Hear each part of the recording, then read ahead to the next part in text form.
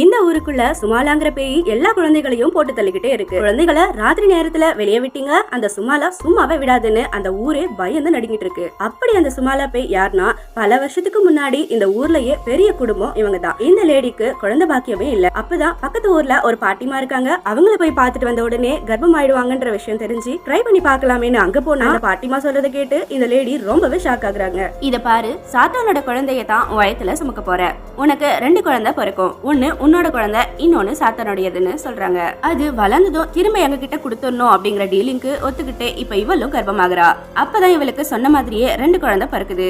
அங்கவை சங்கவைங்கிற மாதிரி 2 குழந்தை பிறக்குது. அக்காவை சங்கவைங்கிற மாதிரி ஒன்னு குமாலா, இன்னொன்னு சுமாலான்னு பேர் வைக்கிறாங்க. ஆனா சுமாலாவை பார்த்ததுமே பயந்து போய் ஊர்ல இதான் என் புள்ளன்னு சொன்னா பயந்துருவாங்க, என் மரியாதையே போயிடும் அப்படின்னு அந்த சுமாலாவை கொண்டுடுறா அவங்க அப்பா. இப்ப அந்த பேய்கிட்ட போட்ட அந்த டீலிங்க அவ மீறிட்டா. அதுவும் இல்லாம இன்னொரு குழந்தையும் பாசமா வளர்க்காம அவளை வெளியே கூட விடாம கட்டி போட்டு ரொம்பவே கொடுமை பண்றாங்க. ஊர்ல இருக்க மத்த பசங்க கூட இவளை பைத்தியம்னு சொல்லி கல் எடுத்து அடிக்கிறாங்க. அண்ட் இப்பதான் நம்ம சேனலை ஃபர்ஸ்ட் டைம் பாக்குறவங்களா இருந்தீங்கன்னா நம்ம சேனலை சப்ஸ்கிரைப் பண்ணிடுங்க.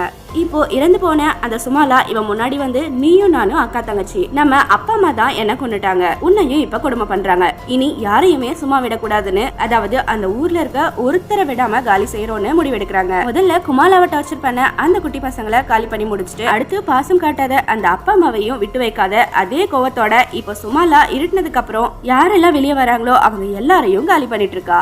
சுமாலாவின் வேட்டை தொடரும்.